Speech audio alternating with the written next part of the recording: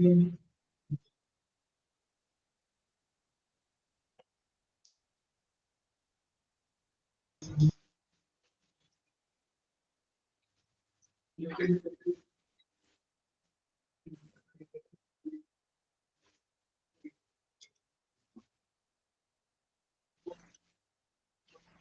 morning.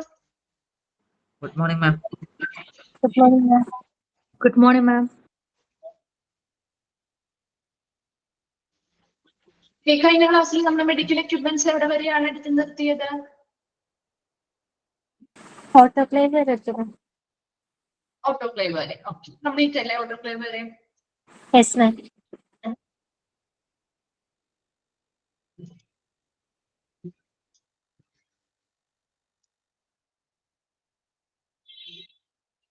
Okay, അപ്പൊ next one ആണ് incubator. കേട്ടിട്ടുണ്ടോ അല്ലെങ്കിൽ കണ്ടിട്ടുണ്ടോ ഇൻക്യുബേറ്റർ? എവിടെയാണ് ഇൻക്യുബേറ്റേഴ്സ് കൂടുതൽ യൂസ് ചെയ്യുന്നത്?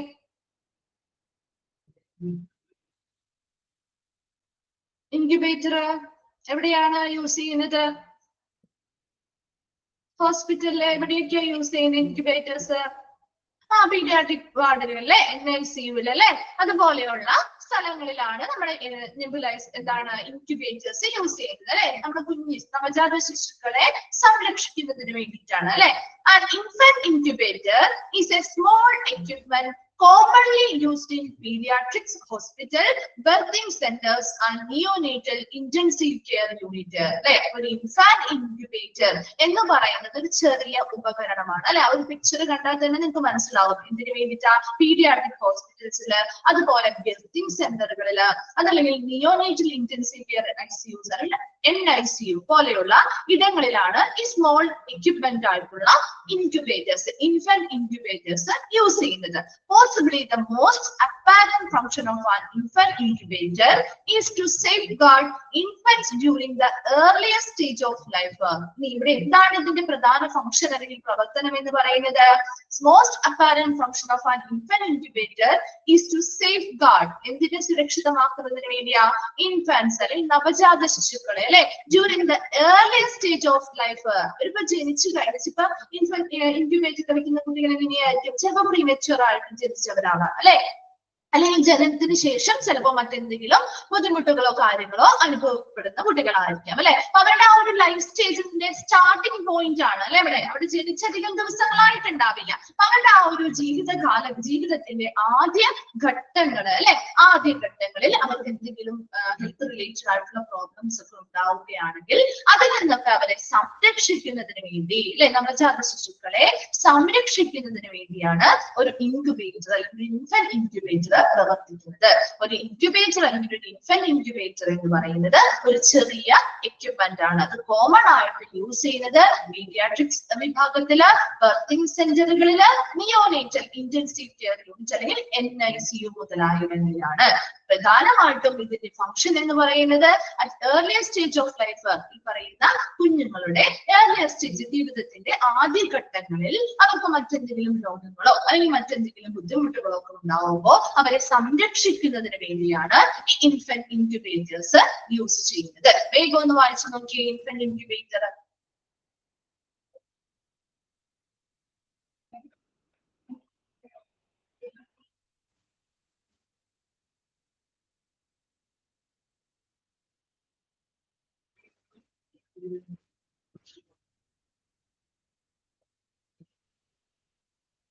ക്ലിയർ ആണോ?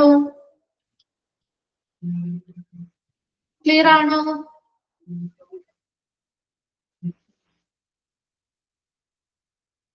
ഓക്കെ, നെക്സ്റ്റ് വരുന്നതാണ് മെഡിക്കൽ റെഫ്രിജറേറ്റർ. മെഡിക്കൽ റെഫ്രിജറേറ്റർ ഹോസ്പിറ്റലിലൊക്കെ പോകുമ്പോൾ ഇങ്ങനെയുള്ള റെഫ്രിജറേറ്റർ ഒക്കെ കാണാറുണ്ടോ? ശ്രദ്ധിച്ചിട്ടുണ്ടോ? Okay. Okay, medical refrigerator are particularly designed to meet the required temperature demands for safe vaccine storage. Vaccines സുരക്ഷിതമായിട്ട് സ്റ്റോർ ചെയ്യുന്നതിന് ആവശ്യമായ ടെമ്പറേച്ചർ അല്ലെ, എല്ലാത്തിനും സ്റ്റോർ ചെയ്യുന്നതിനനുസരിച്ച് അതിൻ്റെതായ ടെമ്പറേച്ചർ റേഞ്ച് ഉണ്ടാവും. ആ ടെമ്പറേച്ചർ ആവശ്യമായിട്ടുള്ള ടെമ്പറേച്ചർ ഇവിടെ ആവശ്യപ്പെടുന്നത് എത്രയാണോ അതിനനുസരിച്ച് അത് നിറവേറ്റുന്ന രീതിയിൽ ഡിസൈൻ ചെയ്തിട്ടുള്ള ഒരു റെഫ്രിജറേറ്റർ ആണ് മെഡിക്കൽ റെഫ്രിജറേറ്റർ എന്ന് പറയുന്നത്. നമ്മുടെ വീടുകളിൽ ഉപയോഗിക്കുന്ന പോലത്തെ അല്ല കേട്ടോ. മെഡിക്കൽ റെഫ്രിജറേറ്റർ എന്ന് പറയുമ്പോൾ അവിടെ വാക്സിൻസ് മുതലായ മെഡിസിൻസ് ഒക്കെ എന്ത് ചെയ്യാൻ നല്ല രീതിയിൽ സ്റ്റോർ ചെയ്ത് വെക്കാൻ ആവശ്യമായ ടെമ്പറേച്ചർ മെയിൻറ്റെയിൻ ചെയ്യുന്ന രീതിയിൽ ഡിസൈൻ ചെയ്തിട്ടുള്ള ഒരു റെഫ്രിജറേറ്റർ ആണ് മെഡിക്കൽ റെഫ്രിജറേറ്റർ എന്ന് പറയുന്നത്. With temperature ranges from 35 degree Fahrenheit to 46 degree Fahrenheit. ആ ഒരു മെഡിക്കൽ റെഫ്രിജറേറ്ററിന്റെ ടെമ്പറേച്ചർ റേഞ്ച് എന്ന് പറയുന്നത് ഇങ്ങനെയുള്ള വാക്സിൻസും കാര്യങ്ങളും സ്റ്റോർ ചെയ്ത് വെക്കാനായിട്ട് ആവശ്യമായിട്ടുള്ള ടെമ്പറേച്ചർ റേഞ്ച് എന്ന് പറയുന്നത് 35 ഡിഗ്രി ഫാരൻഹീറ്റ് മുതൽ 46 ഡിഗ്രി ഫാരൻഹീറ്റ് വരെയാണ്. And these medical refrigerators will securely store a wide range. Vaccines മാത്രമല്ല അല്ലെ, മറ്റ് പല മരുന്നുകളും നമുക്ക് എന്ത് ചെയ്യാൻ പറ്റും ഈ ഒരു ടെമ്പറേച്ചർ റേഞ്ചിൽ നമുക്ക് ഈ ഒരു മെഡിക്കൽ റെഫ്രിജറേറ്ററിൽ വെച്ച് എന്ത് ചെയ്യാൻ പറ്റും, സ്റ്റോർ ചെയ്യാനായിട്ട് സാധിക്കും. ഒരു മെഡിക്കൽ റെഫ്രിജറേറ്റർ എന്ന് പറയുന്നത് ഹോസ്പിറ്റൽസിൽ നമ്മൾ ഉപയോഗിക്കുന്ന റെഫ്രിജറേറ്റേഴ്സ് ആണ്. അതിന്റെ പ്രത്യേകത എന്താണ്? വാക്സിൻസ് മുതലായ മരുന്നുകളൊക്കെ കൃത്യമായ ടെമ്പറേച്ചറിൽ സ്റ്റോർ ചെയ്ത് വെക്കേണ്ടതായിട്ടുണ്ട് അല്ലെ. അപ്പൊ ആ ഒരു ടെമ്പറേച്ചർ റേഞ്ച് മെയിൻറ്റെയിൻ ചെയ്യുന്ന രീതിയിൽ ഡിസൈൻ ചെയ്തിട്ടുള്ള ഒരു റെഫ്രിജറേറ്റർ ആണ് മെഡിക്കൽ റെഫ്രിജറേറ്റർ എന്ന് പറയുന്നത്. അതിന്റെ ടെമ്പറേച്ചർ റേഞ്ച് എന്ന് പറയുന്നത് 35 ഡിഗ്രി ഫാരൻഹീറ്റ് മുതൽ 46 ഡിഗ്രി ഫാരൻഹീറ്റ് വരെയാണ്. ഇതിൽ നമുക്ക് വാക്സിൻസ് മാത്രമല്ല ഒരുപാട് വെറൈറ്റി ഓഫ് എന്താണ് മരുന്നുകൾ കാര്യങ്ങളൊക്കെ നമുക്ക് മെഡിസിൻസ് ഒക്കെ നമുക്ക് ഇതിൽ എന്ത് ചെയ്യാൻ പറ്റും, ഈ ഒരു ടെമ്പറേച്ചർ റേഞ്ചിൽ സേഫ് ആയിട്ട് സ്റ്റോർ ചെയ്ത് വെക്കാനായിട്ട് സാധിക്കും. വേഗം ഒന്ന് വായിച്ചേ മെഡിക്കൽ റെഫ്രിജറേറ്റർ.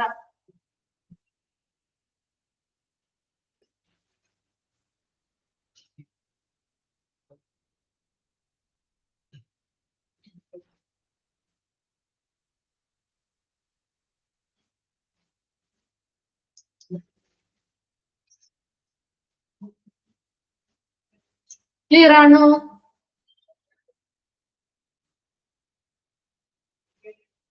ഓക്കെ, നെക്സ്റ്റ് വരുന്നതാണ് വാക്കർ. ഇത് കണ്ടിട്ടുണ്ടാവുമല്ലോ അല്ലെ, നമ്മുടെ വീടുകളിൽ ചില ആളുകൾ ഉപയോഗിച്ചതും കണ്ടിട്ടുണ്ടാവും അല്ലെ. നോക്കിയേ, walker or walking frame is an instrument for elderly and disabled. അത് കഴിഞ്ഞ് പിന്നെയും റിപ്പീറ്റ് ചെയ്ത് തന്നെ വന്നിരിക്കാട്ടോ, അത് വേണ്ട കേട്ടോ. The elderly and disabled people who require extra support to maintain balance or stability while they walk. എന്താ പറയുന്നത്, ഈ വാക്കർ അല്ലെങ്കിൽ വാക്കിംഗ് ഫ്രെയിം എന്ന് പറയുന്നത് ഒരു ഉപകരണമാണ് അല്ലെ. ഒന്നല്ലെങ്കിൽ എൽഡർലി ആയിട്ടുള്ള പ്രായമായിട്ടുള്ളവർക്കാവാം, അല്ലെങ്കിലോ ഡിസേബിൾഡ് ആയിട്ടുള്ളവർ അല്ലെ, വൈകല്യങ്ങൾ സംഭവിച്ചവരോ, അല്ലെങ്കിൽ ചിലപ്പോൾ ആക്സിഡന്റോ കാര്യങ്ങളോ ഒക്കെ വന്ന് നടക്കാൻ ബുദ്ധിമുട്ട് അനുഭവപ്പെടുന്നവർക്ക് ഉപയോഗപ്രദമായിട്ടുള്ള ഒരു ഉപകരണമാണ് വാക്കർ അല്ലെങ്കിൽ വാക്കിംഗ് ഫ്രെയിം എന്ന് പറയുന്നത്. അത് എന്തിനു വേണ്ടിയാണ്? people who require extra support അല്ലെ, അവർക്ക് എക്സ്ട്രാ ഒരു സപ്പോർട്ട് കൊടുക്കുന്നതിന് വേണ്ടി, to maintain balance or stability while they walk. അവർ വാക്ക് ചെയ്യാൻ അല്ലെങ്കിൽ നടക്കുന്ന സമയത്ത് അവരുടെ ബാലൻസ് മെയിൻറ്റെയിൻ ചെയ്യാൻ അല്ലെ, സ്ഥിരത മെയിൻറ്റെയിൻ ചെയ്യാൻ, സ്റ്റെബിലിറ്റി. അവർക്ക് നല്ല രീതിയിൽ, ഇപ്പൊ ചിലപ്പോ ഡിസേബിൾഡ് ആയിട്ടുള്ളവർക്ക് നല്ല രീതിയിൽ നടക്കാൻ പറ്റില്ല, അല്ലെങ്കിൽ ഇപ്പൊ പ്രായമായവർക്കാണെങ്കിലും ഒരു സപ്പോർട്ട് വേണം അല്ലെ നടന്നു പോകാനായിട്ട്. അപ്പൊ അതിന് വേണ്ടിയിട്ട് അല്ലെങ്കിൽ എന്തെങ്കിലും ഓപ്പറേഷൻസ് അല്ലെങ്കിൽ ആക്സിഡൻസോ കഴിഞ്ഞവർക്കാണെങ്കിൽ നടന്നു പോകാനായിട്ട് ഒരു സപ്പോർട്ടിന് വേണ്ടി, ഒരു എക്സ്ട്രാ സപ്പോർട്ടിന് വേണ്ടി ഉപയോഗിക്കുന്ന ഉപകരണമാണ് വാക്കർ അല്ലെങ്കിൽ വാക്കിംഗ് ഫ്രെയിം എന്ന് പറയുന്നത്. വാക്കർ അല്ലെങ്കിൽ വാക്കിംഗ് ഫ്രെയിം ജസ്റ്റ് ഒരു ഇൻസ്ട്രുമെന്റ് ആണ്. എന്തിനു വേണ്ടി യൂസ് ചെയ്യുന്നു? പ്രായമായവർക്കാവാം, അല്ലെങ്കിൽ വൈകല്യമുള്ളവർക്കാവാം, അല്ലെങ്കിൽ ആക്സിഡന്റോ കാര്യങ്ങളോ വന്ന് എന്തെങ്കിലും ബുദ്ധിമുട്ടുകൾ അനുഭവപ്പെടുന്നവർക്കോ നടക്കാനായിട്ട് അല്ലെ, നടക്കുന്ന സമയത്ത് അവരുടെ ബാലൻസ് നിലനിർത്തുന്നതിന് വേണ്ടിയിട്ട് ഒരു എക്സ്ട്രാ സപ്പോർട്ട് കൊടുക്കുന്ന ഒരു ഉപകരണമാണ് വാക്കർ. വായിച്ചു നോക്കിയേ.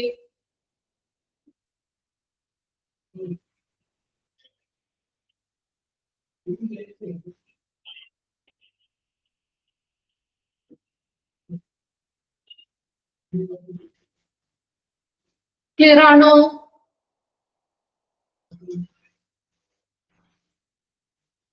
Okay okay, next tracheostomy. നമ്മൾ ഓൾറെഡി പഠിച്ച കാര്യമാണ് അല്ലെ, ട്രക്കിയോസ്റ്റോമി പ്രൊസീജിയർ പഠിച്ചില്ലേ? പഠിച്ചിട്ടുണ്ടോ? എന്താണ് റിപ്ലൈ ചെയ്യാതെ മറന്നുപോയോ? ഈ പേര് കേട്ടിട്ടേ ഇല്ലേ? ഏതെങ്കിലും ചാപ്റ്ററിൽ നമ്മൾ ഡിസ്കസ് ചെയ്തിരുന്നോ? ഏത് ചാപ്റ്ററിലാണ് നോക്കുന്നുണ്ടോ? അത് പഠിച്ചത് അവിടെ വെച്ചു അല്ലേ? ഓക്കെ, ശ്രദ്ധിക്കുക കേട്ടാ.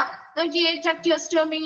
This surgical procedure consists of making an incision on the anterior aspects of the neck and opening a direct airway through an incision in the trachea. അപ്പൊ നമ്മുടെ കഴുത്തിന്റെ ഭാഗത്ത് അല്ലെ, നെക്കിന്റെ ഭാഗത്ത് നമ്മുടെ ഏത് ചാപ്റ്ററിലാണ് പഠിച്ചത്? Ambulance and emergency department. ആംബുലൻസിലാ പഠിച്ചില്ലേ? ആംബുലൻസ് സർവീസിലാ പഠിച്ചില്ലേ? ഒരു എമർജൻസി സിറ്റുവേഷൻ വരുന്ന സമയത്ത് ഒരു ആംബുലൻസിൽ കൊണ്ടുപോകുമ്പോ അവരുടെ എയർവേസ് ഒക്കെ ബുദ്ധിമുട്ട് അല്ലെ, ശ്വാസം എടുക്കാനായിട്ട് അവർക്ക് ബ്രീത്തിങ് ഡിഫിക്കൽട്ടി വന്നാല് നമ്മൾ എന്ത് കൊടുക്കാറുണ്ട്? അഡ്വാൻസ്ഡ് ലൈഫ് സപ്പോർട്ട് ആംബുലൻസുകളില് ട്രക്കിയോസ്റ്റോമി മുതലായ പ്രൊസീജിയേഴ്സ് എന്നൊക്കെ പഠിച്ചതാണല്ലോ അല്ലെ? ഓർക്കുന്നില്ലേ? എവിടെയും കേട്ടതായിട്ട് നിങ്ങൾക്ക് ഓർക്കുന്നില്ലേ? ഓക്കെ, നോക്കിയേ, ഇതൊരു സർജിക്കൽ പ്രൊസീജിയർ ആണ്. അപ്പൊ അതിനു വേണ്ടി ഉപയോഗിക്കുന്ന ഉപകരണങ്ങളാണ് നമുക്ക് ശരിക്കും ഇതിൽ ഉൾപ്പെടുന്നത് കേട്ടോ. ഒരു സർജിക്കൽ പ്രൊസീജിയർ ആണ്. Consist of making an incision on the anterior aspects of the neck. അല്ലെ, നമ്മുടെ ആ ഒരു നെക്കിന്റെ ഭാഗത്ത് അല്ലെ, ആ ഒരു പിക്ചർ നോക്കിയാൽ കുറച്ചും കൂടി നിങ്ങൾക്ക് ക്ലിയർ ആവും കേട്ടോ. ആ ഒരു നെക്കിന്റെ ഭാഗത്ത് ഒരു ഇൻസിഷൻ അല്ലെങ്കിൽ ഒരു മുറിവ് ഉണ്ടാക്കി അവരെ ട്രക്കിയയിലൂടെ എന്ത് ചെയ്യുന്നു? കഴുത്തിന്റെ നെക്കിന്റെ തൊട്ട് താഴത്തെ ഭാഗമാണ് ട്രക്കിയ അല്ലെ. അപ്പൊ ആ ഒരു ട്രക്കിയയിലൂടെ നമ്മുടെ അവരുടെ എയർവേസിലോട്ട് ഒരു ഡയറക്റ്റ് ആയിട്ടുള്ള ഒരു ഓപ്പണിംഗ് ഉണ്ടാക്കിയെടുക്കുകയാണ്. അപ്പൊ ബ്രീത്തിങ് ഡിഫിക്കൽറ്റി അനുഭവപ്പെടുന്നവർക്ക് അല്ലെങ്കിൽ മറ്റെന്തെങ്കിലും ബുദ്ധിമുട്ടുകൾ അനുഭവപ്പെടുന്നവർക്ക് അവർക്ക് ശ്വസനം കുറച്ചും കൂടി എളുപ്പമാക്കി നൽകാൻ വേണ്ടിയിട്ട് ഓക്സിജനോ മറ്റു ഗ്യാസസോ ഒക്കെ കൊടുക്കാനും എടുക്കാനും വേണ്ടിയിട്ട് ഉപയോഗിക്കുന്ന ഒരു സർജറി പ്രൊസീജിയർ ആണ്. അപ്പൊ അത്രയും ബുദ്ധിമുട്ടുള്ളവർക്കായിരിക്കും ഈ ഒരു മെത്തേഡ് ചെയ്യാം കേട്ടോ, സർജിക്കൽ പ്രൊസീജിയർ ചെയ്യാം. A surgical procedure consists of making an incision. ഒരു മുറിവുണ്ടാക്കുന്നു. എവിടെയാണ്? നെക്കിന്റെ ആന്റീരിയർ ഭാഗത്ത്, നെക്കിന്റെ മുകളിലായിട്ട് എന്ത് ചെയ്യുന്നു? ഒരു മുറിവുണ്ടാക്കി അതിലൂടെ ട്രക്കിയയിലൂടെ നേരിട്ട് നമ്മൾ ആ ഒരു ലെൻസിലേക്കുള്ള ആ ഒരു എയർവേയുടെ ഓപ്പണിങ് എന്ത് ചെയ്യുന്നു? ഡയറക്റ്റ് ആയിട്ട് ആ ഒരു എയർവേയുടെ ഓപ്പണിങ് നമ്മൾ അവിടെ സൃഷ്ടിക്കുകയാണ് ചെയ്യുന്നത്. ആ ഒരു ഓപ്പണിങ്ങിലൂടെ നമുക്ക് കൃത്യമായിട്ട് ഗ്യാസസ് ഒക്കെ എന്ത് ചെയ്യാൻ പറ്റും? ആ ഒരു ലെൻസിലേക്ക് കൊടുക്കാനായിട്ട് സാധിക്കും. വേഗം ഒന്ന് വായിച്ചേ, ട്രക്കിയോസ്റ്റോമി.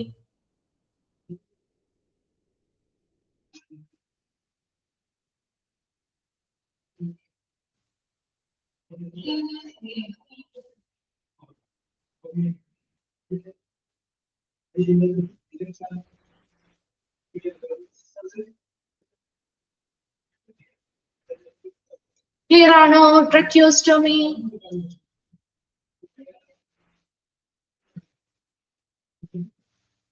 Okay. Then next ആണ് crutches. ഇതും കണ്ടു കാണുമല്ലോ അല്ലെ? crutches കണ്ടിട്ടില്ലേ? Okay, crutches are a kind of walking aid that help to enhance the size of an individual's base of support. ഇവിടെ എന്താ? crutches എന്ന് പറയുന്നത് വാക്കിങ്ങിന് വേണ്ടി അല്ലെ, നടക്കുന്നതിന് സഹായിക്കുന്ന അല്ലെ, ഒരു നടത്ത സഹായിയാണ് എന്ത്? crutch എന്ന് പറയുന്നത് അല്ലെ, crutches എന്ന് പറയുന്നത്. That help to enhance the size of an individual's base of support. അല്ലെ, അവരുടെ ആ ഒരു സപ്പോർട്ട്, ഒരു ബേസ് സപ്പോർട്ട് കൊടുക്കാൻ വേണ്ടിയിട്ട് തന്നെയാണ് ഈ ഒരു ഉപകരണം യൂസ് ചെയ്യുന്നത് അല്ലെ. They carry weight from the legs to the upper body and are many a time used by people who are unable to and are their legs to support their weight from short-term injuries to long-lasting disabilities. അപ്പൊ ഈ ഒരു crutches എന്ന് പറയുന്ന ആ ഒരു ഉപകരണം നമ്മുടെ എന്താണ്? പ്രധാനമായിട്ടും നമ്മുടെ ലെഗ്സ് മുതലുള്ള അപ്പർ ബോഡി പാർട്സിലുള്ള വെയിറ്റുകളെ താങ്ങാൻ വേണ്ടിയിട്ടാണ് ഇത് യൂസ് ചെയ്യുന്നത് അല്ലെ. അപ്പൊ പലതരത്തിലുള്ള crutches നമുക്ക് അവൈലബിളും ആണ്. അപ്പൊ അത് എപ്പോഴും വെയിറ്റ് താങ്ങുന്നതും അവർക്ക് നല്ല രീതിയിൽ വാക്ക് ചെയ്യുന്ന സമയത്ത് നടക്കുന്ന സമയത്ത് അവരുടെ വെയിറ്റിനെ താങ്ങിക്കൊണ്ട് അവർക്ക് ഒരു സപ്പോർട്ട് നൽകുന്ന, ലെഗ്സിന് ഒരു സപ്പോർട്ട് നൽകുന്ന രീതിയിലാണ് എന്ത് പ്രവർത്തിക്കുന്നത്? ഈ crutches പ്രവർത്തിക്കുന്നത് അല്ലെ. Then many times used by people who unable are their legs to support their weight അല്ലെ. ചില ബുദ്ധിമുട്ട് അനുഭവ ആക്സിഡൻസോ കാര്യങ്ങളോ സംഭവിച്ചവർക്കായിരിക്കാം, അല്ലെങ്കിൽ പലരും ഡിസബിലിറ്റീസ് ഉള്ളവർക്കായിരിക്കാം. അവർക്കൊക്കെ അവരുടെ കാൽനാട്ടിൽ ലെഗ്സ് ഉപയോഗിച്ചുകൊണ്ട് നടക്കാൻ കുറച്ച് ബുദ്ധിമുട്ടുകൾ അനുഭവപ്പെടുന്നുണ്ടെങ്കിൽ അവർക്കൊരു സപ്പോർട്ട് നൽകുന്നതിന് വേണ്ടി തന്നെയാണ് എന്തെന്ന് പറയുന്നത്? crutches യൂസ് ചെയ്യുന്നത്. ഒരു ഷോർട്ട് ടൈം ഇഞ്ചുറി മുതൽ ഒരു ലോങ് ലാസ്റ്റിംഗ് ആയിട്ടുള്ള ഡിസബിലിറ്റി വരെയുള്ള ആളുകൾക്ക് ഇത് ഉപയോഗിക്കാണ്. ഒരു ഇഞ്ചുറി വരുമ്പോൾ, ഒരു ആക്സിഡന്റ് വരുമ്പോൾ നമുക്കറിയാം വളരെ ഷോർട്ട് ടേം ആയിട്ടായിരിക്കും അല്ലെ കുറച്ച് നാൾ കഴിയുമ്പോൾ അത് മാറുമ്പോൾ നമുക്ക് ഇതിന്റെ ആവശ്യം വരുന്നില്ല. അതേസമയം ഒരു ലോങ് ലാസ്റ്റിംഗ് ആയിട്ടുള്ള ഒരു ഡിസബിലിറ്റി അല്ലെങ്കിൽ വൈകല്യത്തിലേക്ക് അത് പോവുകയാണെങ്കിൽ അപ്പോഴും നമുക്കിത് യൂസ് ചെയ്യുന്നതായിട്ട് വരും. ഇനി crutches are of 3 types. 3 type ആണ്. ജസ്റ്റ് നിങ്ങൾക്ക് ആ ഒരു പേര് മാത്രം പഠിച്ചാൽ മതി കേട്ടോ. ഒരു പിക്ചർ അവിടെ ഓൾറെഡി കൊടുത്തിട്ടുണ്ട്. axillar crutches, elbow crutches and gutter crutches. ഇനി ആ പിക്ചറിലേക്ക് ഒന്ന് നോക്കി. പിക്ചർ ക്ലിയർ അല്ലേ? ഫസ്റ്റ് വൺ കണ്ടിട്ടില്ലേ? ഫസ്റ്റ് വൺ കണ്ടിട്ടുണ്ടല്ലോ അല്ലെ? എവിടെയാണ് ഫസ്റ്റ് വൺ നമ്മള് കൂടുതലായിട്ടും കാണാറ്? അല്ലെ, ഡിസബിലിറ്റി ഉള്ള ആളുകളൊക്കെ ഈ യൂസ് ചെയ്തുകൊണ്ട് പോകുന്നത് കണ്ടിട്ടുണ്ടാവും അല്ലെ? അവർ ഒന്നില്ലെങ്കിൽ അവരുടെ കക്ഷത്തിനടിയിലോ അല്ലെങ്കിൽ 2 കൈകൾക്കോ ഇടയിലോ ഒക്കെ നമുക്ക് വെക്കാൻ പറ്റുന്ന രീതിയിലാണ് ക്രച്ചസ് യൂസ് ചെയ്യുന്നത് അല്ലെ? axillar crutches. Then elbow crutches കണ്ടിട്ടുണ്ടല്ലോ? elbow crutches ഇല്ലേ? എവിടെയാണ് elbow crutches ഇത് ചെയ്യുന്നത്? കണക്ട് ചെയ്ത് വെക്കുന്നത് അല്ലെങ്കിൽ എടുത്ത് വെക്കുന്നത് ഏത് ഭാഗത്താണ് കൂടുതലും നമ്മൾ എന്ത് ചെയ്യുന്നത്? ബേസ് സപ്പോർട്ട് കൊടുക്കുന്നത് എവിടെയാണ്? കൈമുട്ടിന്റെ അവിടെ അല്ലെ? അവിടെ ഇല്ലേ വെക്കുന്നത് കണ്ടിട്ടുള്ളത്? എൽബോന്റെ രീതിയിൽ അല്ലെങ്കിൽ കൈമുട്ടിന്റെ അവിടെയാണ് വെക്കുക അല്ലെ? ഗട്ടർ ക്രച്ചസ് കണ്ടിട്ടുണ്ടോ? ഗട്ടർ ക്രച്ചസ് കണ്ടിട്ടുണ്ടോ?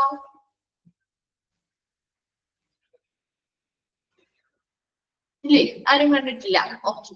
ഗട്ടർ ക്രച്ചസ് എന്ന് പറഞ്ഞാൽ അവരുടെ കൈക്ക് അധികം ബലം കൊടുക്കാൻ പറ്റാത്തവര്, വീക്ക് ഹാൻഡ് ആയിട്ടുള്ളവർക്ക് അവർക്ക് ഇങ്ങനെ സ്റ്റാൻഡ് പോലെ അതിൽ വെക്കാം. കൈ വെച്ചിട്ട് എന്ത് ചെയ്യാം? ഒരു പെടല് പോലത്തെ അല്ലെങ്കിൽ ഒരു പിടിക്കുന്ന ഒരു ഭാഗം, ഒരു ഹാൻഡ് പിടിക്കുന്ന ഒരു ഭാഗം ഉണ്ടാവും. അങ്ങനെ കൈ വെച്ചുകൊണ്ട് അവർക്ക് എന്ത് ചെയ്യാം? ജസ്റ്റ് ആ ഒരു എൽബോന്റെ താഴെയുള്ള ഭാഗം അവർക്ക് ഇങ്ങനെ എന്ത് ചെയ്യാം? ഒരു ഒരു പൈപ്പിന്റെ നമ്മൾ ഒരു ഹാഫ് പോർഷൻ മുറിച്ച പോലെയുള്ള ഒരു ഭാഗമാണ് കേട്ടോ അവിടെ അതിലുണ്ടാവും. അതില് നമുക്ക് ആ ഒരു ഹാൻഡ് എന്ത് ചെയ്യാം? കയ്യിൽ ആ എൽബോന്റെ താഴെയുള്ള കൈമുട്ടിന് താഴെയുള്ള ആ ഒരു ഭാഗം നമുക്ക് വെച്ചുകൊണ്ട് ആ ഹാൻഡിൽ പിടിച്ച് നടക്കാനായിട്ട് സാധിക്കും. അതാണ് കേട്ടോ ഗട്ടർ ക്രച്ചസ് എന്ന് പറയുന്നത് കേട്ടോ. അപ്പോ നമ്മുടെ ക്രച്ചസ് എന്ന് പറഞ്ഞാലും ഒരു വാക്കർ എന്ന് പറഞ്ഞാലും ഒക്കെ വാക്കിംഗ് വേണ്ടി ഒരു സപ്പോർട്ട് നൽകുന്ന ഒരു ഉപകരണങ്ങളാണ് കേട്ടോ. അതില് ക്രച്ചസ് തന്നെ 3 ടൈപ്പായിട്ട് തിരിച്ചിട്ടുണ്ട്. axillar crutches, elbow crutches and gutter crutches. വേഗം ഒന്ന് വായിച്ചു നോക്കി ക്രച്ചസ്.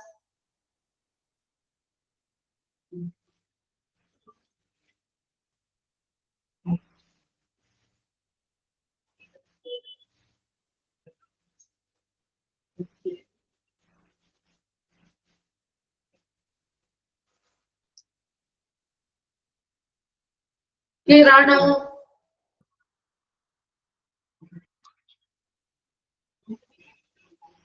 ഓക്കെ. നെക്സ്റ്റ് വരുന്നത് കാർഡിയാക് മോണിറ്റർ. ഇത് കണ്ടിട്ടുണ്ടാവുമല്ലോ അല്ലെ? കാർഡിയാക് മോണിറ്റർ കണ്ടു കാണുമല്ലോ അല്ലെ?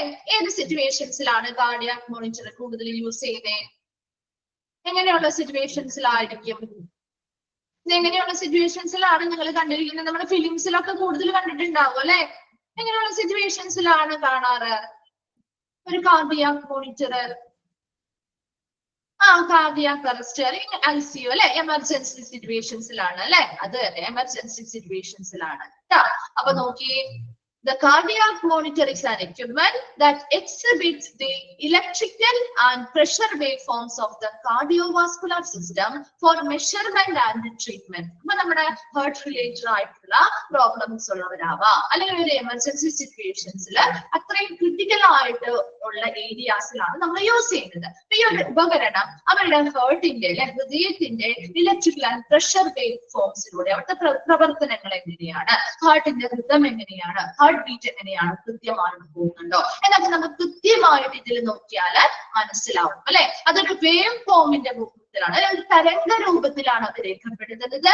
And parameters particular to respiratory function can also be calculated. ഇനി ഇതിനുള്ളിൽ നമുക്ക് എന്തുകൂടി കാൽക്കുലേറ്റ് ചെയ്യാൻ പറ്റും? റെസ്പിറേറ്ററി ഫംഗ്ഷനുമായി ബന്ധപ്പെട്ട പാരാമീറ്റേഴ്സ് അല്ലെങ്കിൽ ഘടകങ്ങൾ കൂടി നമുക്കിവിടെ കാൽക്കുലേറ്റ് ചെയ്യാൻ പറ്റും. ഹാർട്ടുമായി ബന്ധപ്പെട്ട് മാത്രമല്ല, റെസ്പിറേറ്ററി ഫംഗ്ഷൻസുമായി ബന്ധപ്പെട്ട ഘടകങ്ങൾ നമുക്ക് ഈ ഒരു ഉപകരണവുമായി ബന്ധപ്പെട്ട് എന്ത് ചെയ്യാൻ പറ്റും? കാൽക്കുലേറ്റ് ചെയ്യാനായിട്ട് സാധിക്കും. And it is most commonly used in emergency rooms and critical care areas അല്ലെ? എമർജൻസി റൂമുകളിൽ അല്ലെങ്കിൽ ക്രിട്ടിക്കൽ കെയർ ഏരിയാസിലൊക്കെയാണ് കൂടുതലായിട്ടും ഇത് ഉപയോഗിക്കുന്നത്. To observe post operative patients, operation കഴിഞ്ഞുള്ള പേഷ്യൻസിന് അല്ലെ? അവർക്ക് പെട്ടെന്ന് എന്തെങ്കിലുമൊക്കെ ബുദ്ധിമുട്ടുകൾ അനുഭവപ്പെടാൻ സാധ്യതയുണ്ട്. അപ്പൊ അവരെപ്പോഴും മോണിറ്റർ ചെയ്തുകൊണ്ടിരിക്കണം അല്ലെ? അതുപോലെ പേഷ്യൻസ് വിത്ത് ക്രിട്ടിക്കൽ ഇലക്ട്രോലൈറ്റ് ഇംബാലൻസ്. എന്താണ് ഇലക്ട്രോലൈറ്റ് ഇംബാലൻസ് എന്ന് പറഞ്ഞാൽ? ഇലക്ട്രോലൈറ്റ് എന്ന് പറയുമ്പോൾ ഏതായിരിക്കും? ഏതൊക്കെയായിരിക്കും ഇലക്ട്രോലൈറ്റ്സ് ഇംബാലൻസ് എന്ന് പറയുമ്പോൾ? ഏതൊക്കെയാണ്? സോഡിയം, പൊട്ടാസ്യം, ഇതൊക്കെ കുറഞ്ഞു പോയില്ലേ കാര്യമില്ലേ അല്ലെ?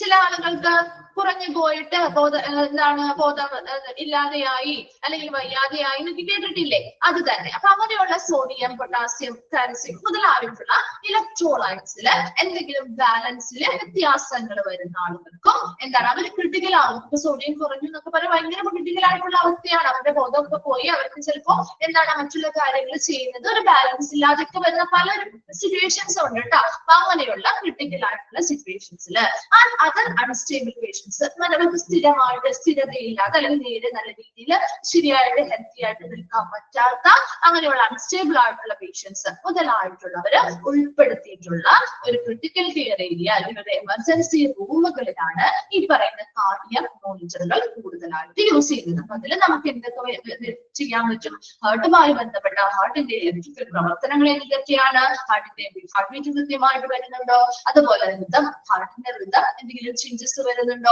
ഇതെല്ലാം നമ്മൾ കൃത്യമായിട്ട് ഒരു വെയിൻ ഫോംസിലൂടെ തരംഗ രൂപത്തിലൂടെ ഈ കാർഡിയക് മോണിറ്ററിൽ റെക്കോർഡ് ചെയ്യാനും രേഖപ്പെടുത്താനും സാധിക്കുന്നുണ്ട്. അതോടൊപ്പം തന്നെ നമുക്ക് റെസ്പിറേറ്ററി ഫങ്ഷൻസിന്റെയും പ്രത്യേകമായിട്ടുള്ള പാരാമീറ്റേഴ്സ് നമുക്ക് എന്ത് ചെയ്യാം, ഈ ഘടകങ്ങൾ നമുക്ക് എന്ത് ചെയ്യാൻ പറ്റും? ഇതില് റെക്കോർഡ് ചെയ്യാനായിട്ട് അല്ലെങ്കിൽ കണ്ടുപിടിക്കാനായിട്ട് സാധിക്കും. വേഗം ഒന്ന് വായിച്ചു നോക്കി കാർഡിയക് മോണിറ്റർ.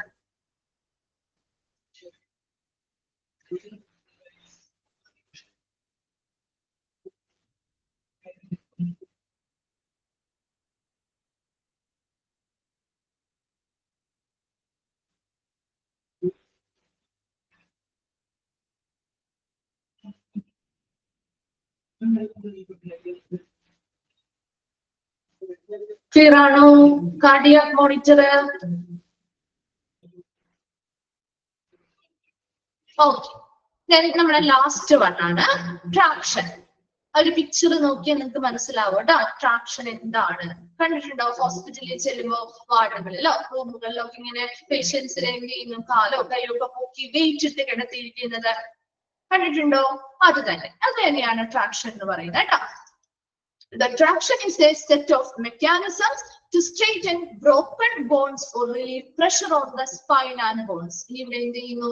ട്രാക്ഷൻ എന്ന് പറഞ്ഞാൽ നമുക്കറിയാം സ്കെലിറ്റൽ അല്ലെങ്കിൽ ബോൺസ് ബ്രേക്ക് ആയി പോകുന്ന അല്ലെങ്കിൽ ട്രാക്ഷനോ കാര്യങ്ങളോ ഒക്കെ വലിയ രീതിയിൽ അല്ലെ, ചെറിയ രീതിയിലല്ല കേട്ടോ, വലിയ രീതിയിൽ ബോൺസ് ബ്രോക്കൺ ആയി പോയി അല്ലെങ്കിൽ ആക്സിഡൻസ് അല്ലെങ്കിൽ മറ്റെന്തെങ്കിലും ഇതുവഴി അവരുടെ ബോൺസ് ഒക്കെ വലിയ രീതിയിൽ ബ്രോക്കൺ ആയി പോയാൽ അതിനെ നേരെയാക്കുന്നതിന് വേണ്ടി അല്ലെങ്കിൽ എന്താണ് relief pressure on the spine and bones. ഇപ്പൊ സ്പൈൻ ബോൺസുമായി ബന്ധപ്പെട്ട് വേദനകളോ കാര്യങ്ങളോ ഒക്കെ ഉള്ളവരാണെങ്കിൽ അവരുടെ പ്രഷർ കുറയ്ക്കാൻ വേണ്ടിയിട്ട് അല്ലെങ്കിൽ കുറച്ച് കൊണ്ടുവരാൻ വേണ്ടിയിട്ടൊക്കെ നമ്മൾ ഈ ഒരു ട്രാക്ഷൻ മെക്കാനിസം ചെയ്യാറുണ്ട്. ഇപ്പൊ കുറച്ച് ദിവസത്തേക്ക് അവരെന്ത് ചെയ്യും? അവരുടെ കാലൊക്കെ ഇങ്ങനെ കയറ്റി വെച്ച്, കാലിലാണെങ്കിൽ കാലം ജസ്റ്റ് ഒന്ന് പറയുന്നതാണ് കേട്ടോ. ആ ഒരു പിക്ചറിൽ കാണിച്ചിരിക്കുന്നത് പോലെ പ്ലാസ്റ്റർ ഒക്കെ ഇട്ട് കഴിഞ്ഞാൽ കൃത്യമായിട്ട് അവരുടെ കാലെന്ത് ചെയ്യും? പൊക്കി വെയിറ്റ് ഇട്ട് എന്ത് ചെയ്യും? വെക്കും, അങ്ങനെ താഴേക്ക് ഇടും. അപ്പൊ അങ്ങനെ വെയിറ്റ് ഇടുന്നത് എന്തിനാന്ന് വെച്ച് കഴിഞ്ഞാല് അവരുടെ ആ ഒരു പൊസിഷൻ കൃത്യമായി വരാൻ വേണ്ടിയിട്ടാണ്. അത് വളരെ കുറച്ച് സ്ലോ ആയിട്ട് ചെയ്യാൻ പറ്റുള്ളൂ കേട്ടോ. പെട്ടെന്ന് നമുക്ക് അങ്ങോട്ട് എന്ത് ചെയ്യാൻ പറ്റില്ല, ഒരുപോലെ ഒന്നും ആക്കാൻ പറ്റില്ല. അപ്പൊ അതിൽ പൊസിഷൻസിൽ വ്യത്യാസം വന്നിട്ടുണ്ട് അല്ലെങ്കിൽ ഒരുപാട് ഇഞ്ചുറീസ് കാര്യങ്ങളുണ്ടെങ്കിൽ കുറച്ച് സ്ലോ ആയിട്ട് നമുക്ക് ഈ പ്രൊസീജിയർ ചെയ്തെടുക്കാൻ പറ്റുള്ളൂ. There are mainly two types of traction. രണ്ട് രീതിയിലുള്ള ട്രാക്ഷൻസ് ആണുള്ളത്, skin traction and skeletal traction. They are utilized in the orthopedic medicine. അല്ലെ, ഓർത്തോ വാർഡുകളിൽ ചെല്ലുമ്പോഴാണ് അല്ലെ, നമ്മുടെ ബോൺസുമായി ബന്ധപ്പെട്ട ഓർത്തോ വാർഡ് അല്ലെ, ഓർത്തോ വാർഡുകളിൽ അല്ലെങ്കിൽ ഓർത്തോപെഡിക് മെഡിസിൻസിന്റെ ഭാഗമായിട്ടാണ് ഇത് ഈ ഒരു മെത്തേഡ് യൂസ് ചെയ്യുന്നത് അല്ലെ. രണ്ട് ടൈപ്പ് ഉണ്ട്, സ്കിൻ ട്രാക്ഷനും സ്കെലിറ്റൽ ട്രാക്ഷനും. അതായത് സ്കിൻ ട്രാക്ഷൻ എന്ന് പറഞ്ഞാൽ അവരുടെ ബോഡിയുടെ സ്കിന്ന് ഏത് ഭാഗത്താണോ അവരുടെ ആ ഒരു ബോൺസിന്റെ എന്തെങ്കിലും ബ്രോക്കൺ ആയിട്ടിരിക്കുന്നത് അല്ലെങ്കിൽ പൊട്ടിയിരിക്കുന്നത് അതിന്റെ ആ ഭാഗത്ത് സ്കിന്നുമായിട്ട് ബന്ധപ്പെടുത്തി ഒരു ടേപ്പ് ഒട്ടിക്കുകയും അതിലൂടെ എന്ത് ചെയ്യുന്നു? വെയിറ്റ് തൂക്കിയിടുകയുമാണ് ചെയ്യുന്നത്. എന്നാൽ സ്കെലിറ്റൽ ട്രാക്ഷൻ എന്ന് പറയുമ്പോൾ അവിടെ നമ്മുടെ സ്ക്രൂവോ അല്ലെങ്കിൽ മറ്റെന്തെങ്കിലും ഉപകരണങ്ങൾക്ക് സാധനങ്ങളൊക്കെ യൂസ് ചെയ്തുകൊണ്ട് എന്ത് ചെയ്യുന്നുണ്ട്, അത് ടേപ്പ് ചെയ്യല്ല ചെയ്യുന്നത്, മറിച്ച് അത് ആ ഒരു ബോൺസുമായിട്ട് സ്ക്രൂ ചെയ്തിട്ട് കുറച്ചും കൂടി അഡ്വാൻസ്ഡ് ആയിട്ട്, അതായത് സ്കിൻ ട്രാക്ഷൻ എന്ന് പറയുമ്പോൾ അത്ര വലിയ കുഴപ്പമില്ലാത്തവർക്ക് നമുക്ക് സ്കിൻ ട്രാക്ഷൻ ചെയ്യാൻ പറ്റുള്ളൂ. അതേസമയം കുറച്ചും കൂടി സീരിയസ് ആണ് അവരുടെ കണ്ടീഷൻ, കുറച്ചും കൂടി സമയം എടുത്തേ അത് റിക്കവർ ആവുള്ളൂ, അല്ലെങ്കിൽ കുറച്ചും കൂടി അധികം ബ്രോക്കൺഡ് ആയിട്ടുള്ള അല്ലെങ്കിൽ ഡിസ്പ്ലേസ്ഡ് ആയിട്ടാണ് ഇരിക്കുന്നത്. അതുപോലെ തന്നെ ഇത് മറ്റൊരു ആളുകൾക്ക് ഒരു സ്കിൻ എന്താണ് ബ്രോക്കൺ ആയിട്ട് ഉള്ളവർക്ക് മാത്രമല്ല കേട്ടോ. ഇപ്പൊ നമ്മുടെ പുഴ തെറ്റിപ്പോവാന്ന് കേട്ടിട്ടുണ്ടോ? കേട്ടിട്ടുണ്ടോ?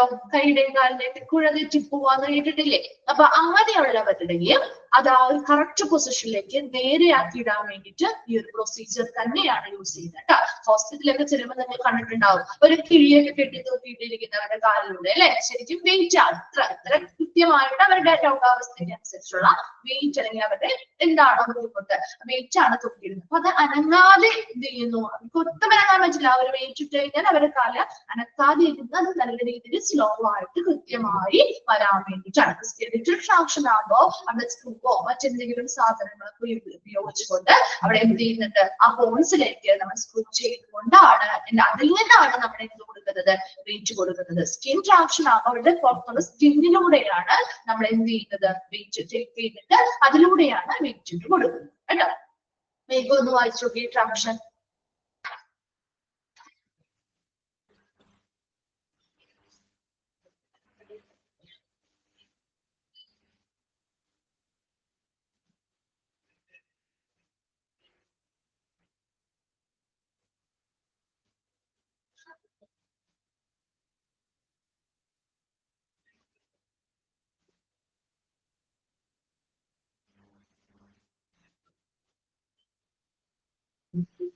ക്ലിയർ ആണോ ട്രാക്ഷൻ?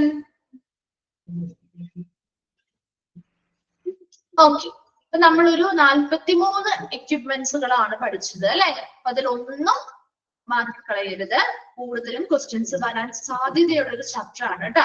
ആ ഒരു 43 എക്യുപ്മെന്റ്സിൽ നിന്നും ക്വസ്റ്റ്യൻസ് വരാം കേട്ടോ.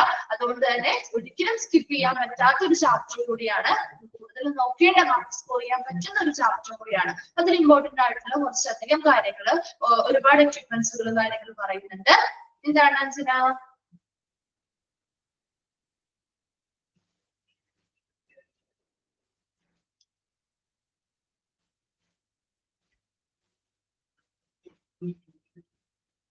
എന്താണ് ചോദിക്കാൻ വന്നത്?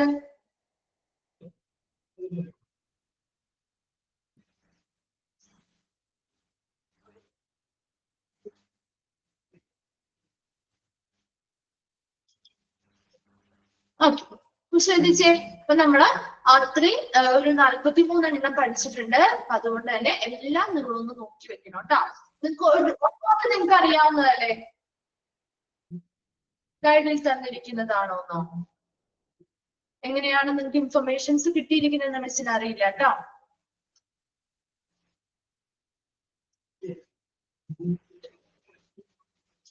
ഓക്കെ, നിങ്ങൾ എന്ത് ചെയ്യണം, നിങ്ങൾക്ക് എന്തായാലും നമുക്ക് മോക്ക് ടെസ്റ്റുകൾ കുറച്ച് തന്നിട്ടുണ്ട്, ഗൈഡുകൾ തന്നിട്ടുണ്ട് അല്ലെ. എല്ലാം നോക്കുക കേട്ടോ, എല്ലാം നോക്കണം. നമ്മൾ ഒരു ചാപ്റ്റർ എടുക്കുമ്പോൾ നിങ്ങൾ ഒരിക്കലും നിങ്ങളൊരു എക്സാമിന് വേണ്ടിയിട്ട് മാത്രം പ്രിപ്പയർ ചെയ്യരുത്. നമ്മളൊരു എന്താണ് ഒരു ഇന്റർവ്യൂവിന് നിങ്ങൾ പോവാണ്, ഇത് കഴിയുമ്പോൾ നമുക്കൊരു ജോലിക്ക് വേണ്ടിയിട്ടാണ് സ്വാഭാവികമായിട്ടും നമ്മൾ ഈ ഒരു കോഴ്സ് പഠിക്കാൻ വന്നിരിക്കുന്നത് അല്ലെ. ഒരു ജോലിക്ക് ചെല്ലുന്ന സമയത്ത് നമ്മൾ ഒരിക്കലും എക്സാമിനെ ബേസ് ചെയ്തല്ല പഠിക്കേണ്ടത്. അവിടെ ഒരു ഇന്റർവ്യൂവർ ചോദിക്കുന്ന ക്വസ്റ്റ്യൻസിന് കൃത്യമായിട്ട് നമുക്ക് ആൻസർ പറയാൻ അറിഞ്ഞിരിക്കണം അല്ലെ. അപ്പൊ അതിന് ഓരോ ഡിപ്പാർട്ട്മെന്റും ഇതൊക്കെ പഠിച്ചതിനാ ഓരോ ഡിപ്പാർട്ട്മെന്റുകളെ കുറിച്ച് നിങ്ങൾ അറിയണം അല്ലെ. അവിടെ ഒരു ഹോസ്പിറ്റൽ അഡ്മിനിസ്ട്രേറ്റീവ് ആയിട്ട് നിൽക്കുമ്പോൾ ഇതിനെ പറ്റിയുള്ള ജനറൽ ആയിട്ടുള്ള കുറച്ച് ബേസിക് കാര്യങ്ങൾ നിങ്ങൾ അറിഞ്ഞിരിക്കുന്നതിന് വേണ്ടിയിട്ടാണ്. അവരെപ്പോഴും നമ്മുടെ ഈ ഒരു ഡിപ്പാർട്ട്മെന്റ് എന്താണ്, അവിടുത്തെ ഫംഗ്ഷൻസ് പറയുന്നതായിരിക്കില്ല ചിലപ്പോൾ ചോദിക്കുന്നത്, ആപ്ലിക്കേഷൻ ലെവലായിരിക്കും അല്ലെങ്കിൽ പ്രാക്ടിക്കബിൾ ആയിട്ടുള്ള കാര്യങ്ങളായിരിക്കാം ചോദിക്കുന്നത്. ഇതൊരു ബേസ് നല്ല അടിസ്ഥാനപരമായിട്ടുള്ള ഒരു ബേസ് കിട്ടിയില്ലെങ്കിൽ അവിടെ എന്ത് പറ്റും, നിങ്ങൾക്ക് അതിനുള്ള മാർക്ക് മാത്രം നിങ്ങളൊരു മാനദണ്ഡമാക്കരുത് കേട്ടോ. അപ്പൊ നിങ്ങൾ എല്ലാ ടീച്ചേഴ്സും പറയുന്ന കാര്യം തന്നെയാണ്, നമ്മളൊരു മാർക്കിന് വേണ്ടിയിട്ട് മാത്രമാവരുത് നിങ്ങൾ പഠിക്കുന്നത്. കേട്ടോ.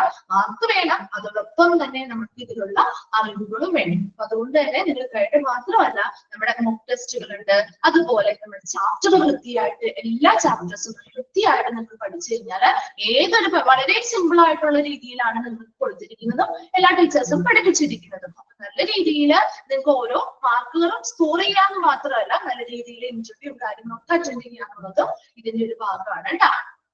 ഓക്കെ, അപ്പൊ ഈ ഒരു 43 എണ്ണത്തില് വേഗം ഒന്ന് വായിച്ചു നോക്കിയിട്ട് ഏതെങ്കിലും ഡൗട്ട് ചോദിക്കുക കേട്ടോ.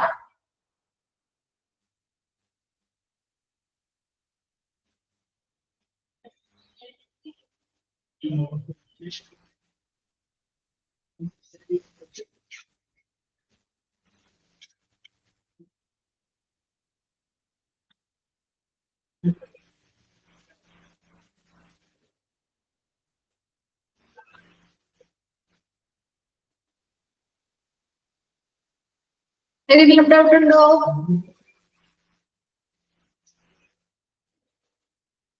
ക്ലിയർ ആണോ എല്ലാവർക്കും? ക്ലിയർ ആണോ? ഓക്കെ, നമുക്ക് റിവിഷൻ ചെയ്യാനൊന്നും സമയമില്ല.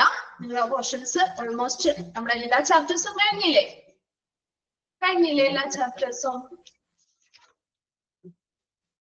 കഴിഞ്ഞു. ഓക്കെ, ജസ്റ്റ് മിസ്സിന് കുറച്ച് ക്വസ്റ്റ്യൻസ് ചോദിക്കാം. അപ്പൊ തന്നെ റെഡി ആയിട്ട് ആൻസർ പറയാൻ റെഡിയാണോ? മറ്റേതെങ്കിലും ചാപ്റ്റേഴ്സിൽ നിന്നായിരിക്കും കേട്ടോ, ഈ ചാപ്റ്ററിൽ നിന്നായിരിക്കണം എന്നില്ല കേട്ടോ.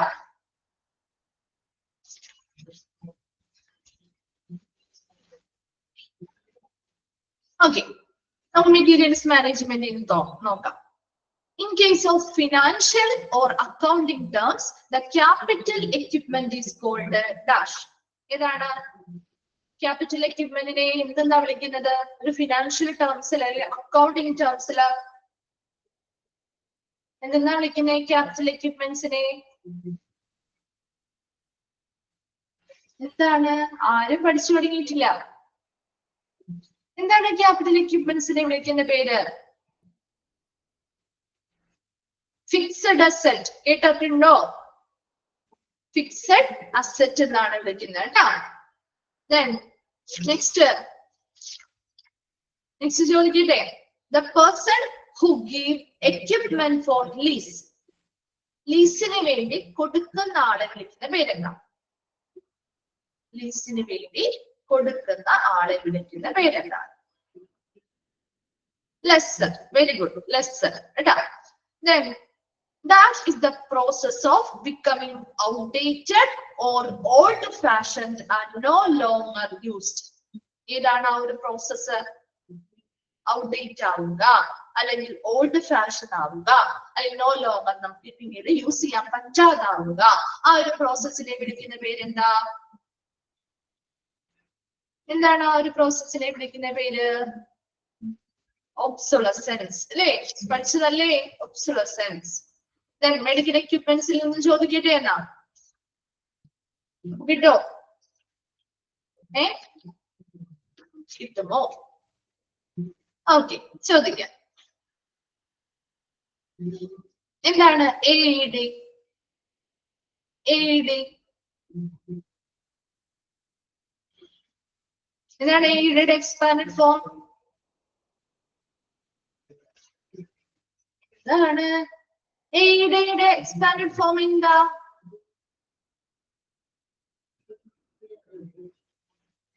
Automated external defibrillator. Okay, automated external defibrillator. Then which equipment is used to observe larynx?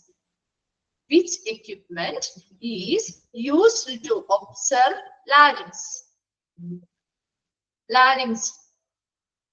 ലാരിങ്സിനെ നിരീക്ഷിക്കാൻ ഉപയോഗിക്കുന്ന ഉപകരണം ഏതാണ്?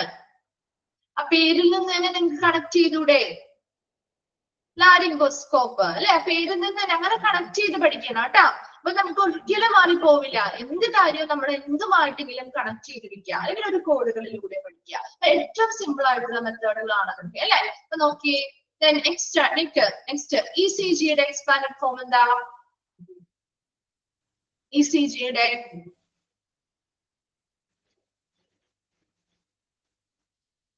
എന്താണ്? ECGയുടെ expanded form Electrocardiograph. Electrocardiograph. Okay, very good.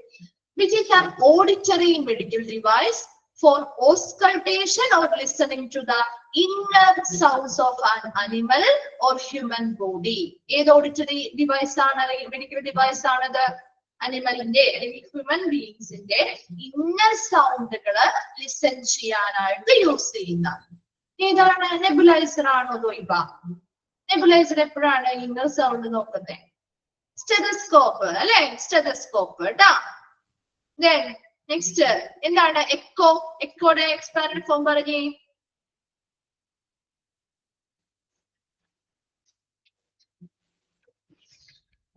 echo and expanded form.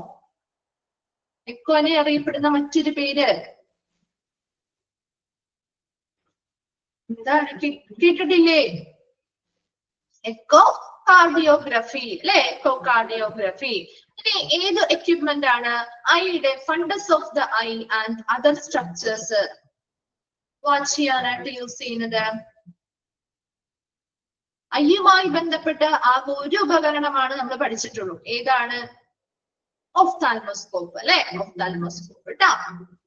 Then ഏത് ഉപകരണമാണ് ഹേർട്ടിന്റെ ഫങ്ഷനിങ് കോൺസ്റ്റന്റ് ആയിട്ട് നമുക്ക് ഒരു 24 മുതൽ 48 മണിക്കൂർ വരെ നമുക്ക് കോൺസ്റ്റന്റ് ആയിട്ട് നിരീക്ഷിക്കാൻ പറ്റുന്ന റെക്കോർഡ് ചെയ്യാൻ പറ്റുന്ന ഉപകരണം ഏതാ?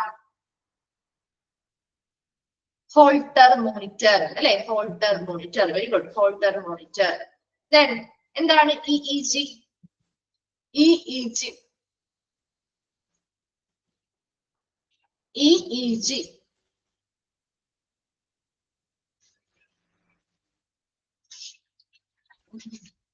EEG. Electroencephalogram. Okay, very good. Electroencephalogram. Then ഏതാണ് നമ്മുടെ ഹോസ്പിറ്റലുകളിൽ ഉപയോഗിക്കുന്ന റെഫ്രിജറേറ്റേഴ്സ്? ഏതാണ്? വാക്സിൻ ഒക്കെ സ്റ്റോർ ചെയ്ത് വെക്കാൻ വേണ്ടി യൂസ് ചെയ്യുന്ന റെഫ്രിജറേറ്റർ ഏത് ഉപകരണമാണ്? വാക്സിൻസ് ഒക്കെ സ്റ്റോർ ചെയ്ത് വെക്കാൻ വേണ്ടി യൂസ് ചെയ്യുന്നത് ഏത് ഉപകരണമാണ്? Medical refrigerator. Okay, very good. Medical refrigerator. Then ഏതാണ്? ഒരു ടെക്നിക്കാണ് കേട്ടോ. ഏത് ടെക്നിക്കാണ്? നമുക്ക് ബോൺസ് അതുപോലെ ബ്രസ്റ്റ് ദെൻ മറ്റെല്ലാത്തിനും കുറച്ചുകൂടി അഡ്വാൻസ്ഡ് ആയിട്ട് നമുക്ക് എന്ത് ചെയ്യാൻ പറ്റണം? പിക്ചേഴ്സ് കാര്യങ്ങൾ, അതായത് ഇൻസൈഡ് ആന്തരിക അവയവങ്ങളുടെയും അതുപോലെ തന്നെ മറ്റു ഘടനകളുടെയൊക്കെ പിക്ചർ എടുക്കാൻ പറ്റുന്നത് MRI അല്ലെ? MRI. ദെൻ എക്സ്റേ എന്താണെന്നറിയാലോ? എസ്പെഷ്യലി ബോൺസിന് വേണ്ടിയിട്ടാണ് എക്സ്റേ കേട്ടോ. CT ആകുമ്പോൾ ഓൾറെഡി പറയും ക്രോസ് സെക്ഷണൽ ഇമേജുകളിൽ കമ്പ്യൂട്ടർ പ്രോസസ്ഡ് ആണ് എന്ന് മനസ്സിലാക്കും. എന്ന് പറയുമ്പോൾ തന്നെ നിങ്ങൾക്ക് അത് CT ആണെന്ന്. CT സ്കാനിൽ എന്താണ് expanded form? CT scan expanded form എന്താ? CT സ്കാൻ എക്സ്പാൻഡഡ് ഫോം എന്താ? Computer tomography scan. Okay, very good. Then ഏതാണ്? ഒരു ലബോറട്ടറിയിൽ ഉപയോഗിക്കുന്ന ഒരു ഉപകരണമാണ്. ഫ്ലൂയിഡ്സ്, ഗ്യാസ് അല്ലെങ്കിൽ ലിക്വിഡ്സ് ഒക്കെ സെപ്പറേറ്റ് ചെയ്യാൻ, അതിന്റെ ഡെൻസിറ്റിക്ക് അനുസരിച്ച് സെപ്പറേറ്റ് ചെയ്യാൻ ഉപയോഗിക്കുന്ന ലബോറട്ടറിയിൽ ഉപയോഗിക്കുന്ന ഉപകരണം ഏത് ഉപകരണം? അല്ലെങ്കിൽ ഏത് മെഡിക്കൽ എക്വിപ്മെന്റ് ആണ് അല്ലെങ്കിൽ ഇൻസ്ട്രുമെന്റ് ആണ്?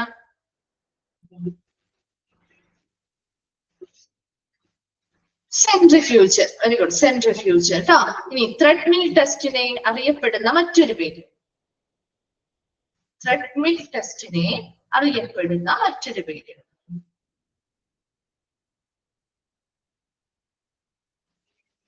ത്രെഡ്മിൽ ടെസ്റ്റിനെ അറിയപ്പെടുന്ന മറ്റൊരു പേര്?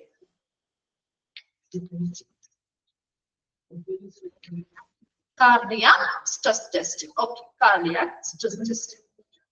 Then MRI expanded form എന്താണ്? MRI expanded form